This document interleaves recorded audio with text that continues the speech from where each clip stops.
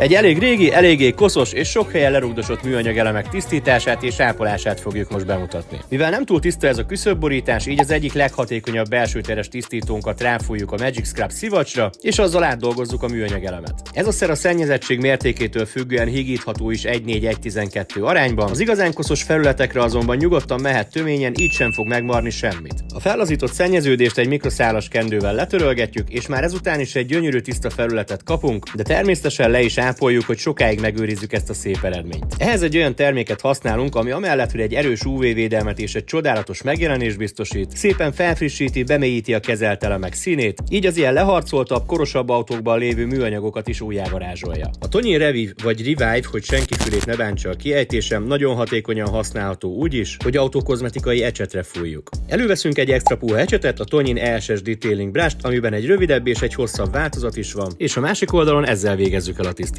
Ezt a típust javasoljuk akkor is, ha érzékenyebb területen dolgozol. Ez a fajta ecset teljesen biztonságos a fényes felületek tisztítására, vagy például akkor, ha bőrölésed van, amit már újra fújtak, és nem tenne jót neki az erősebb eszköz. A folyamat ugyanaz itt is, tisztítás, áttörlés mikroszálas kendővel, majd a tiszta és száraz felület ápolása. Azt már ugye elmondtam, hogy milyen előnyös tulajdonságaik vannak ezeknek a termékeknek, viszont az is nagyon fontos, legalábbis számomra kifejezetten, hogy eszméletlenül finom illattal is rendelkezik mindkettő, így még kellemesebb a használatuk. A végeredmény pedig egy gyönyörű, ápolt, friss megjelenés, ami persze nem vonzza a port, hiszen szilikonmentesek. Most ezt a két terméket és a két vidám színű mikroszálas kendőt egy új csomagban hoztuk el nektek, amihez most limitált ideig egy Magic Scrub tisztító szivacsot adunk ajándékba. Tonyin Cool Interior Set néven megtalálod az autobirodalom.hu webshopban. Szép napot, sziasztok!